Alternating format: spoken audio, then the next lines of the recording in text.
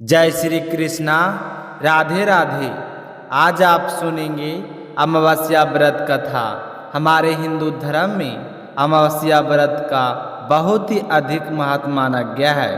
अमावस्या के दिन पूर्वजों का तर्पण और उनके नाम से दान पुण्य करना बहुत ही फलदायी होता है। अमावस्या तिथि के दिन भगवान शिव और माता पार्वती की उपासना की जाती है। इस दिन सुहागिन महिलाएं व्रत रखकर पीपल के वृक्ष की पूजा करती है और अपने अखंड सौभाग्य की कामना करती है। अमावस्या के दिन पवित्र नदी में स्नान करें। अगर यह संभव नहीं है तो घर पर ही स्नान करने के जल में थोड़ा सा गंगा जल मिला लें। स्नान करने के बाद पीपल वृक्ष की उपासना करें। माना जाता है कि पीपल के वृक्ष में सभी देवी देवताओं का वास होता है, इसलिए अमावस्या के दिन पीपल के पेड़ में जल अर्पित करने से जातक की सारी मनोकामनाएं पूर्ण होती है। अगर आपने व्रत रखा है तो अमावस्या के व्रत कथा जरूर सुननी चाहिए। आप सभी के उज्जवल भविष्य की कामना करते हुए आज अपने सुनते हैं अमावस्या की कथा। तो सारे भक्तजन इस कथा को प्रेम भाव से पूरा सुने और समय समय पर हुंकार भरते रहें। कथा को लाइक करें, ज़्यादा से ज़्यादा शेयर करें। अगर आप इस चैनल पर पहली बार कथा को सुन रहे हैं तो शीला भक्ति चैनल को सब्सक्राइब जरूर करें। भगवान आपकी समस्त मनोकामनाएं पूर्ण करे। बोलिए शिव गौरी की जय हो। पुराने समय की बात है कि कांचीपुरी में एक ब्राह्मण रहता था। उसका नाम था देव स्वामी और उसकी पत्नी का नाम था धनवंती। उनके 7 पुत्र तथा एक पुत्री थी। पुत्री का नाम गुणवती। समय समय के साथ ब्राह्मण के बेटे और बेटी बड़े हो गई तो ब्राह्मण ने अपने 7 पुत्रों का विवाह कर दिया। बेटी सबसे छोटी थी, इसलिए उसके सारे भाइयों का विवाह पहले कर दिया। कुछ समय बीतने पर एक दिन ब्राह्मणी अपने पति देव स्वामी से कहने लगी कि स्वामी, मैं चाहती हूँ कि अब हमें अपनी बेटी का विवाह कर देना चाहिए। तो ब्राह्मणी की बात सुनकर ब्राह्मण कहता है कि सोच तो मैं भी यही रहा हूँ, पर यह तो तभी संभव होगा जब हमारी बेटी के लिए अच्छे घर से रिश्ता आएगा। तो वह ब्राह्मण बहुत गरीब था। गरीबी के कारण उनकी बेटी का कोई रिश्ता भी नहीं आता था। तो ब्राह्मण देवता बहुत ही परेशान रहते थे। तो एक दिन ब्राह्मण के बड़े बेटे ने कहा कि पिताजी, आप हर समय कुछ ना कुछ सोचते रहते हैं। मुझे ऐसा लगता है कि आपको कोई गहन चिंता है। कोई बात है तो आप मुझे बताइए। तो अपने बेटे के इस तरह पूछने पर ब्राह्मण देव स्वामी कहने लगा कि बेटा, मैं सोचता हूँ कि तुम्हारी बहन का विवाह कर दूँ। अब सांसों का क्या भरोसा है, पर अब क्या करूँ भी तो कैसे। इसके कोई रिश्ते भी तो नहीं आते हैं। कितना अच्छा होता है कोई अच्छे घर से तुम्हारी बहन के लिए रिश्ता आता और हम खुशी खुशी उसका विवाह करके उसे विदा कर देते। वह अपना घर संसार बसाती और मेरा भी फर्ज पूरा हो जाता। तो उसका बेटा कहने लगा कि पिताजी, हमें गुणवती की कुंडली दिखानी चाहिए ताकि हमें पता चल सके कि गुणवती की कुंडली में विवाह के योग कब है।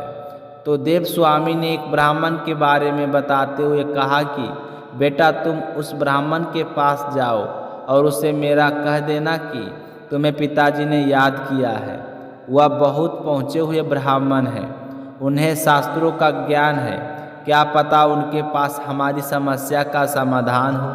तो अपने पिता की आज्ञा पाकर ब्राह्मण का बड़ा बेटा पंडित जी को लाने के लिए चला गया। पंडित जी के पास पहुंचकर पहले हाथ जोड़कर प्रणाम किया और फिर कहा कि हे ब्राह्मण देव, मेरे पिताजी देव स्वामी ने आपको याद किए हैं और आपको मैं लेने के लिए आया हूं। तो पंडित जी देव स्वामी के बेटे के साथ रवाना हो जाते हैं और फिर ब्राह्मण देव स्वामी के घर आ जाते हैं। तो ब्राह्मण देवता को देखकर देव स्वामी ब्राह्मण बहुत ही खुश होता है। पंडित जी का खूब आदर सत्कार करते हुए कहता है कि हे पंडित जी, आज मुझे आपकी बहुत याद आ रही थी। तो पंडित जी कहने लगे कि देव स्वामी, क्या बात है।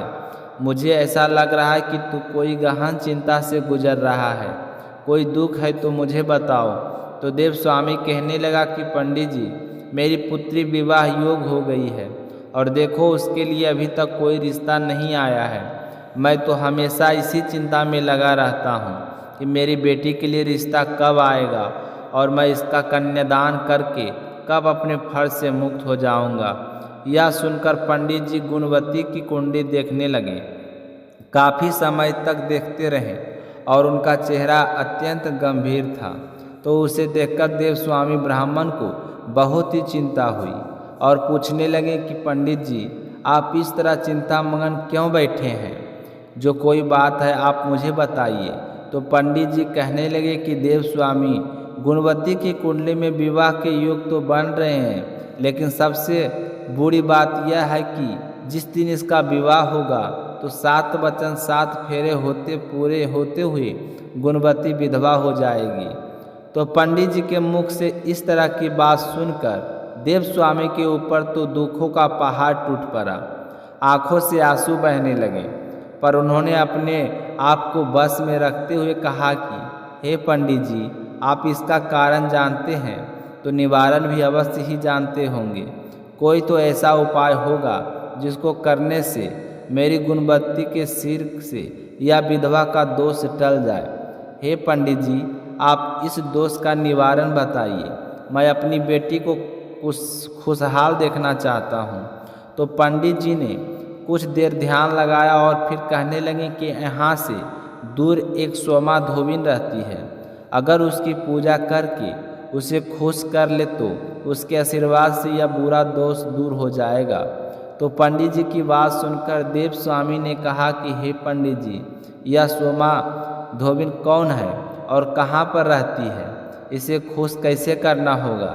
मैं तो इन्हें जानता भी नहीं हूँ। तो पंडित जी कहने लगे कि सोमा एक धोबिन है और वह एक सिंहल द्वीप में रहती है। उसके 7 बेटे और बहुएं हैं। उसकी बहुएं कामकाज के लिए आपस में हर समय लड़ाई झगड़ा करती रहती है, जिसकी वजह से सोमा धोबिन बड़ी ही दुखी रहती है।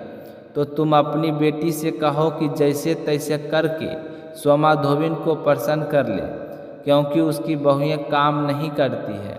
अगर सुबह जल्दी उठकर तुम्हारी बेटी उसके घर के सारे काम निपटा देगी तो अवश्य ही सोमा धोबिन खुश हो जाएगी और तुम्हारे साथ यहाँ जरूर आएगी। इस तरह सारा विधान समझाकर पंडित जी वहाँ से चले गए। तब देव स्वामी ने अपने सबसे छोटे बेटे से कहा कि बेटा, तुम अपनी बहन को लेकर सिंहल द्वीप जाने की तैयारी करो। तो दूसरे दिन देव स्वामी का छोटा बेटा अपनी बहन गुणवती को लेकर सिंहल द्वीप जाने के लिए रवाना हो गया। पूरे दिन चलता रहा, चलते चलते सागर आ गया, जिसे पार दोनों ही नहीं कर सकते थे। तो दोनों भाई बहन इसी चिंता में बैठे थे कि हम इस सागर को पार कैसे करेंगे, और उसके पेड़ के नीचे आकर बैठ गए।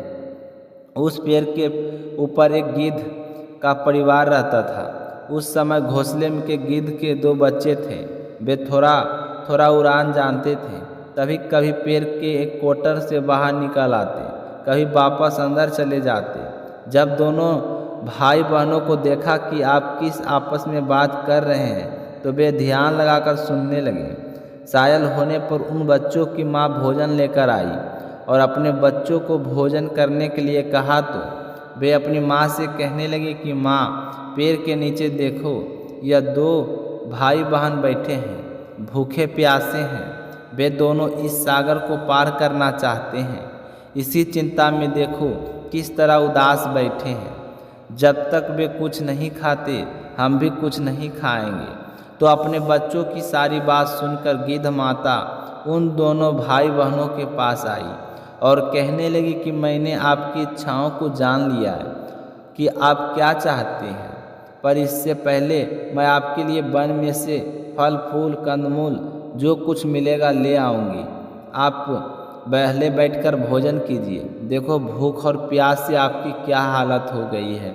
ऐसा कहकर गिद्धनी उनके लिए फल फूल लाने के लिए वन में चली गई।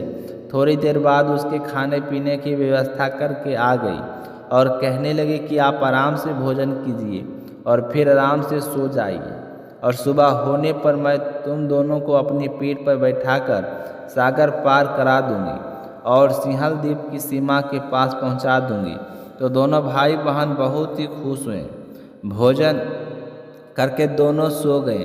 तो यह देखकर गिद्ध के बच्चे भी बहुत खुश थे। सुबह होने पर गिद्ध ने दोनों भाई बहनों को अपनी पीठ पर बैठाकर सागर पार करवाया और सिंहल द्वीप की सीमा पर छोड़ आई। उसके बाद वे दोनों सोमाधोबिन के घर के पास जा पहुँचे और उसके घर में देखने लगे तो सोमाधोबिन की बहुएं आपस में कामकाज के लिए लड़ रही थी। तो उन्हें लड़ता हुआ देखकर गुणवती अपने भाई से कहने लगे कि भैया, यही एक उपाय है कि हम सोमाधोबिन के को खुश कर सकते हैं। सुबह जल्दी उठेंगे और इन सब उठने से पहले इनके घर का सारा काम काज कर दिया करेंगे। फिर दोनों भाई बहन सुबह जल्दी उठते और सोमाधोबिन के घर का सारा कार्य कर देते। झाड़ू लगाना, पानी भरना, पशुओं की देखभाल करना, इस तरह से सारा कार्य सूर्य उदय होने से पहले करके वहाँ से चले जाते। तो सोमाधोबिन सोचने लगी कि आजकल मेरी बहुओं में कितना प्रेम भाव बढ़ गया है। भगवान इन्हें ऐसा ही रखे। पहले तो यह काम के लिए कितना लड़ती थी और आजकल सारी काम मिलजुल कर रहती है। तो इसी तरह कई दिन बीत गए। तो एक दिन सोमाधोबिन के मन में उत्सुकता हुई। उसने अपनी बहुओं को बुलाकर पूछा कि बेटा, आजकल घर का काम कौन करता है? मैंने कभी भी काम के लिए लड़ाई करते हुए नहीं देखा। सारी मिलकर करती हो या कोई एक करती है?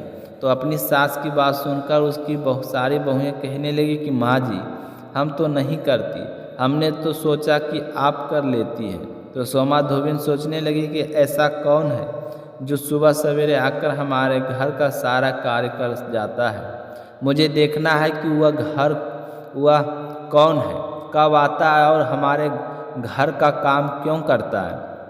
तो वह उस दिन सारी रात जागती ही बैठी रही और सुबह ब्रह्म मुहूर्त में उसने देखा कि दो भाई बहन आए और धीरे धीरे आपस में बात कर रहे थे और साथ में सारा काम भी निपटा रहे हैं। और जब वह सारा कामकाज निपटा कर जाने लगी तो सोमाधोबिन उनके पास आई और हाथ जोड़कर कहने लगी कि तुम कौन हो? हमारे घर का कार्य क्यों करते हो? आपने तो मुझ पर पाप चढ़ा दिया, यह दोष मैं कैसे दूर करूँगी? एक कन्या मेरे घर का सारा काम करती है। मैं समझती रही कि काम मेरी बहुएं करती है, पर बेटा, तुम मेरे घर का काम क्यों करती हो? तो गुणवती कहने लगी कि पहले आप मुझे वचन दो तो ही मैं बताऊंगी। तो सोमाधोबिन उससे खुश होकर उसे वचन दे दी। तो गुणवती उसे सारी बात बताती है। तो गुणवती की बात सुनकर सोमाधोबिन कहती है कि गुणवती, मैं तुमसे बहुत ही खुश हूँ। उचित समय आने पर मैं तुम्हारे घर जरूर जाऊँगी और जो भी समस्या है उसका निवारण कर दूँगी। अब तुम्हारे विवाह के योग बन रहे हैं। जब तुम्हारा विवाह तय हो जाए तो मुझे समाचार कर देना। तो सोमाधोबिन की बात सुनकर गुणवती और उसका भाई बहुत ही खुश हुए और कहने लगे कि हम आपको अभी साथ लेकर जाएंगे। हमारे पिताजी ने कहा है। भाई बहन ने बार बार आग्रह किया तो सोमाधोबिन उनका आग्रह टाल नहीं सकी और उनके साथ चल पड़ी। जैसे वह घर से चलने लगी तो सोमाधोबिन ने अपनी बहुओं से कहा कि बेटा, मेरी अनुपस्थिति पर अगर किसी का देहांत हो जाए तो उसके शरीर को नष्ट मत करना, मेरा इंतज़ार करते रहना। तो बहुओं ने कहा कि ठीक है माँ जी, जैसे आपने कहा वैसा ही होगा। तो अपनी बहुओं से आश्वासन पाकर निश्चित होकर सोमाधोबिन भाई के साथ कांचीपुरी पहुंच गई। थोड़े ही दिन बाद विवाह का योग बनने से गुणवती का एक अच्छे घर में रिश्ता तय हो गया और शुभ मुहूर्त देखकर विवाह भी पक्का कर दिया। अब ब्राह्मण के घर में खूब खुशियां ही खुशियां थी। रोजाना मंगल गीत गाई जाती। ऐसा करते करते विवाह का दिन आ गया और निश्चित समय पर बारात आ पहुंची। बारात का खूब स्वागत किया गया। फिर जैसे ही गुणवती और उसके पति के फेरों के लिए मंडप में बैठाया और उनके फेरे होने लगे। जैसे ही 7वां फेरा पूरा होने वाला था तो उसी समय काला सर्प आया और उसने गुणवती के पति को डसने की कोशिश की।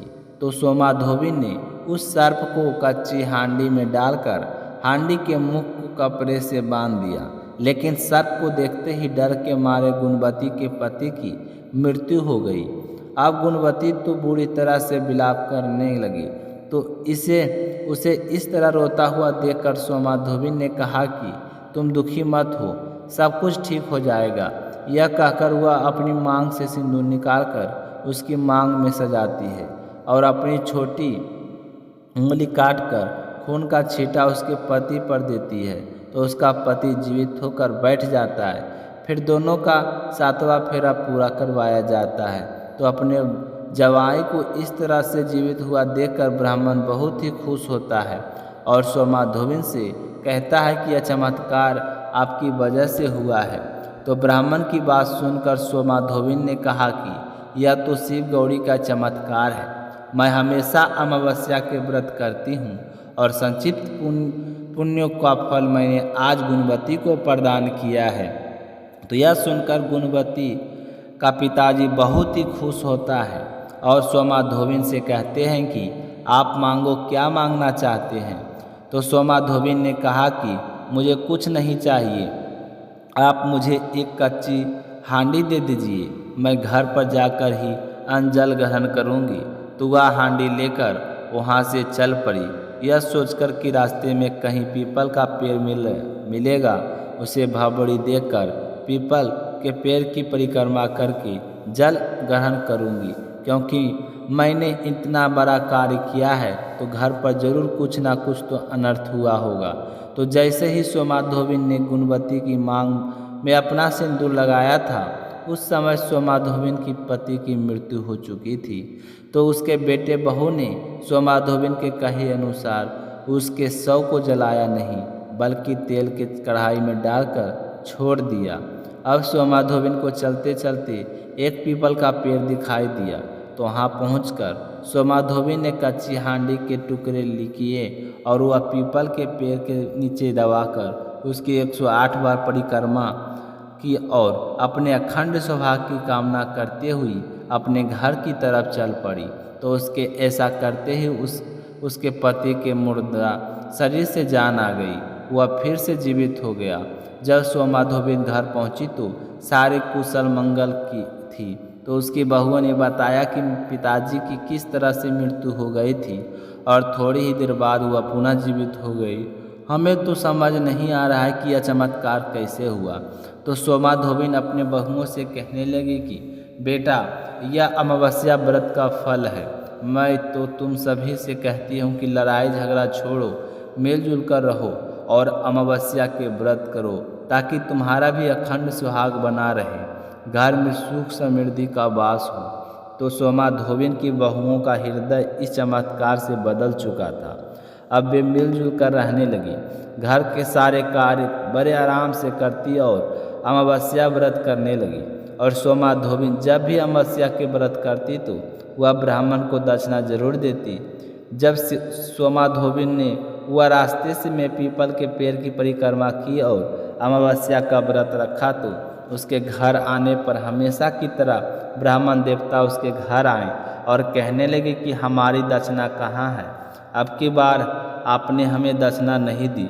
तो सोमा धोबिन कहने लगे कि हे ब्राह्मण देवता, अब की बार मैं किसी काम से बाहर गई थी और लौटते समय अमावस्या का व्रत रास्ते में ही आ गया। जो कुछ मैंने चढ़ाया था वह वही पीपल के पेड़ की जड़ में दबा दिया है, तो वहाँ जाकर देख सकते हो। तो ब्राह्मण देवता सोमा धोबिन के बताए अनुसार उस पीपल के पेड़ के नीचे जा पहुँचा। तो ब्राह्मण ने देखा कि एक जगह जमीन ऐसी लग रही है जैसे इसकी मिट्टी खुदाई करके इस पर फिर से मिट्टी कर दिए। तो उसी जगह को ब्राह्मण खोदने लगा तो उसने देखा कि सोने के टुकड़े हैं। तो ब्राह्मण भी हैरान हो गया और सोमा धोबिन के पास इतने सोने के टुकड़े कहाँ से आए। तो वह जल्दी जल्दी उन्हें समेट कर सोमा धोबिन घर जा पहुँचा और कहने लगा कि यह हमारी दक्षिणा नहीं है, हमें तो जो दक्षिणा आप हमेशा देते थे वही दीजिए। हम ब्राह्मणों के लिए यह दक्षिणा किस काम की? तो सोमा धोबिन कहने लगी कि मैंने तो हांडी के टुकड़े दबाए थे, यह सब आपकी किस्मत से हुए हैं, इन पर मेरा कोई अधिकार नहीं है। आप कृपया मेरा एक हिस्सा छोड़ दीजिए और 3 हिस्से स्वयं ले जाइए। तो ब्राह्मण देवता 3 हिस्से लेकर नगर में चला गया और वहाँ जाकर खूब कुएं, बावरी, तालाब बनवाए और पाठशाला बनवाई। पूरे नगर में ढिंढोरा पिटवाया कि सारे महिलाएं और पुरुष अमावस्या का व्रत रखें और फिर सारे नगरवासियों को सोमा धोबिन के पुण्य फल की कथा भी सुनाई। तो यह सुनकर उस नगर के सारे लोग अमावस्या का व्रत करने लगे। अमावस्या का व्रत रखने से सारी महिलाएं सुखी और संपन्न हो गई और उन्हें शिव गौरी की कृपा से अखंड सुहाग का आशीर्वाद प्राप्त हुआ। इस तरह अमावस्या व्रत के पुण्य फल से गुणवती को अपना खोया हुआ सुहाग फिर से मिल गया है। हे अमावस्या माता, आपने जिस तरह गुणवती के सुहाग, सोमा धोबिन के सुहाग की रक्षा की, वैसी सबकी करना। जो आपकी इस कथा को सुनाए या हुंकार भरे, सबकी मनोकामनाएं पूर्ण करना। बोलिए अमावस्या माता की जय हो। अब अपने सुनते हैं गणेश जी की कहानी। एक समय की बात है, बूढ़ी माई के घर के पास एक सेठ जी का मकान बन रहा था। तब बूढ़ी माई मकान बनाने वाले मिस्त्री के पास जाकर बोली कि बेटा, मुझे पत्थर की मूर्ति बना दे, मैं गणेश जी की पूजा करती हूँ। मिट्टी का गणेश जी बनाती हूँ, पानी लगते ही वह तो गल जाता है। तो मैं तो बूढ़ी हो चली हूँ, मुझसे रोजाना गणेश जी की नहीं बनाया जाता है, इसलिए बेटा तू मेरे लिए एक पत्थर का गणेश जी बना दे। गणेश भगवान तेरी सारी मनोकामनाएं पूर्ण करेंगे। तो बूढ़ी माई की बात सुनकर मिस्त्री बोला कि हम तुम्हारे लिए मूर्ति गढ़ेंगे, उतनी देर में तो हम अपनी दीवार बना लेंगे। हमारे पास इतना समय नहीं है कि सेठ जी का काम बीच में छोड़कर हम तुम्हारे लिए मूर्ति बनाएं। तो यह सुनते ही बूढ़ी माई को बड़ा ही दुख हुआ और वह मन ही मन कहने लगी कि भगवान करे तुम्हारी यह दीवार कभी ना बने। यह कहकर बूढ़ी अम्मा अपने घर चली गई और मिस्त्री और मजदूर दीवार बनाने में लग गई। अब दीवार जैसे ही बनाई तो वह टेढ़ी हो जाए तो दीवार को तोड़े, फिर से बनाए, फिर सीधी दीवार ना बने। इस तरह पूरा दिन एक ही दीवार को तोड़ते बनाते हुए शाम बीत गया। शाम को सेठ जी आए और कहने लगे कि आपने अभी तक कुछ नहीं किया। तो मिस्त्री ने बूढ़ी माई के आने की सारी बात बताई। तो सेठ जी ने सुनकर बूढ़ी माई के पास गए और प्रणाम करके कहने लगे कि माँ जी, आप आशीर्वाद दो कि मेरा मकान जल्दी से बन जाए। मैं तुम्हारे लिए पत्थर का क्यों, सोने का गणेश जी बनवा दूंगा। तो यह सुनकर बूढ़ी माई बहुत ही प्रसन्न हुई और उसने सेठ जी को आशीर्वाद दिया कि बेटा, बिना कोई विघ्न के तेरा मकान जल्दी से पूरा हो जाएगा। तो सेठ जी ने आकर देखा कि टेढ़ी दीवार थी वह बिल्कुल सीधी हो गई थी। तो वह यह गणेश जी का चमत्कार देखकर मिस्त्री और मजदूर सेठ जी सारे गणेश जी का जय जयकार करने लगे और सेठ जी ने जैसा कहा था वैसा ही किया। सोने का गणेश जी बनवाकर बूढ़ी माई को लाकर दे दिया। तो यह देखकर बूढ़ी अम्मा बहुत ही प्रसन्न हुई और सेठ जी के ढेरों दुआएं देने लगी। उसी दिन से सेठ जी भी गणेश जी की का पक्का भक्त बन गया और रोजाना सबसे पहले उठकर स्नान करता, फिर गणेश जी की पूजा करके अन्य कोई काम किया करता था। तो गणेश जी की आशीर्वाद से सेठ जी दिन चुगनी रात चौगुनी तरक्की करने लगे। बोलिए गणेश जी भगवान की जय हो।